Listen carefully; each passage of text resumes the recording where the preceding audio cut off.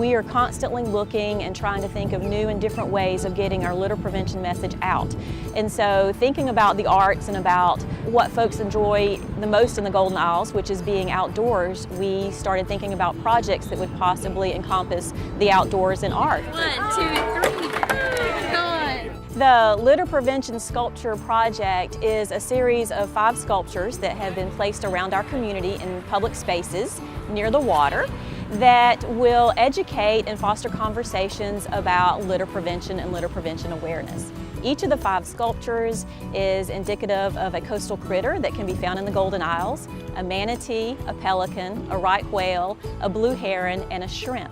And these wonderful sculptures are fabricated out of metal mesh with hollow cavities in which we've had the public and volunteers insert litter that has been picked up. We chose the sculpture subjects primarily because we wanted to showcase aquatic animals, marine-based animals that are affected negatively by litter, and then also land-based as well. And we looked at what animals are prevalent in our area of the Golden Isles, and so we chose from that. So it was important for us to be able to showcase wildlife, to make the connection that litter not only is aesthetically unpleasing in our community, but also really negatively affects the coastal environment and the critters that inhabit it. It's very important for the community involvement aspect of this project because having community members come out and be involved, we hope will have them feel ownership of the sculptures, and that they'll tell their friends and their family members to come out. And each sculpture is accompanied by an educational sign, and that explains the project and also talks about the problem of litter and how litter negatively affects these critters in our coastal environment. The goal is many-fold. Primarily is for us to be able to reach folks in a new and different way with litter prevention messaging. We're always talking about litter prevention, but also to help foster positive stewardship habits with those who see the sculptures or learn about the sculptures. And we placed every sculpture beside a body of water because land litter easily becomes marine debris, and in our coastal environment, marine debris can be very harmful to our aquatic friends. And it was very important to place these sculptures in outdoor public spaces that are well utilized by the public, but also beside the water.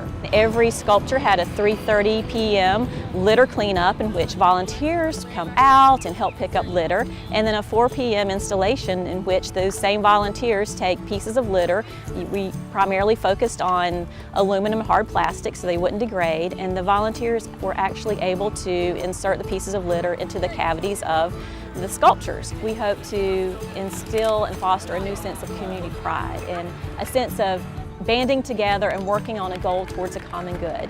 And we also hope that residents and locals will look at the sculptures, feel connected, and think about their own trash habits. What we've noticed with this entire installation process is a new sense of community pride, of people working together towards a common good.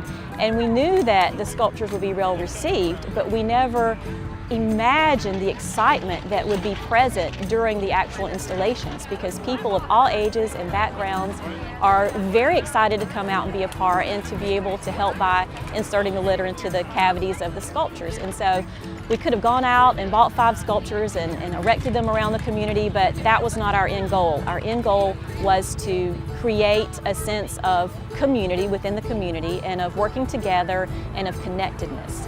We want folks to feel ownership of these sculptures. We want them to feel that it's their sculpture and to tell their friends and families.